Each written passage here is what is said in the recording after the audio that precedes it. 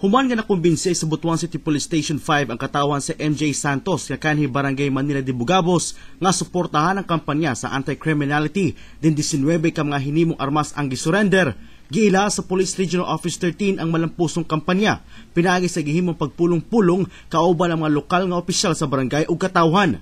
Hatagan ni PRO 13 Regional Director Chief Superintendent Rinaldo Rafal og pasidungog ang Butuan City Police Station 5. Yung ating Butuan City Police Station 5 under the leadership of Police Senior Inspector Inocencio Amora ay bibigyan natin ng karampatang award sa kanilang effort. Ito ay maganda dahil nagkaroon ng magandang pakikipag-ugnayan sa mga tao through also the help of the barangay captain na sa lugar, Honorable Rodolfo Panuga.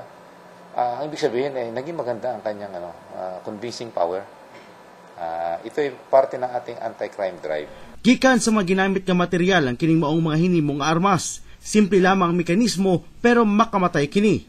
Sumalat ni General Rafal, magsilbi unta kining inspirasyon sa ubang ginsakupan aron pakusgan og palig-unon ang relasyon sa komunidad aron makuha ang pagsalig sa katawan sa pagsuporta sa programang Kalinaw ug Kahapsay sa PNP.